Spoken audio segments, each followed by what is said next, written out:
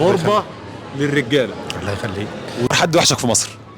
اهلي اولادي بناتي. طب تحب تقول لهم ايه؟ بلاش وحشون. ربنا يوفقك وترجع بالسلامة. الناس هنا كتيرة جدا يعني بيتمنوا ان هم يعملوا اوراق وينزلوا لاولادهم بالسلامة.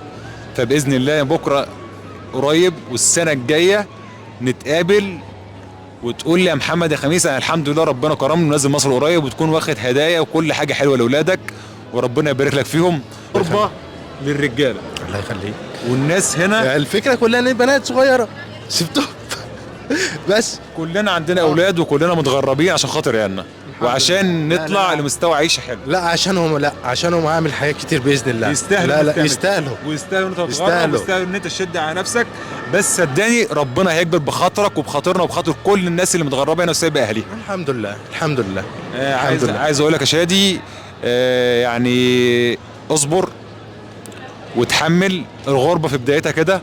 تمام. على فكره مش كل الناس بتيجي هنا وبتلاقي الدنيا وردي. هي ممكن صعبه بس عليا في الاول لان انا اول مره اتغرب اصلا في حياتي. اصلا ما كانش في دماغي فكره التغريب ان انا اتغرب واسافر وكلام من ده. والحمد لله كان كويس يعني. بس مستوى الدنيا في مصر قلبت شويه فما عادش. هتبقى بطروق. قول يا رب. لا انا مش هرجع لما يكون حاجه في البلد. الغربه صعبه شويه بس هم اول 10 سنين بيبقوا كده. ايوه طبعا. بعد ال10 سنين بتتراح. خلاص بقى بتترحل على مصر.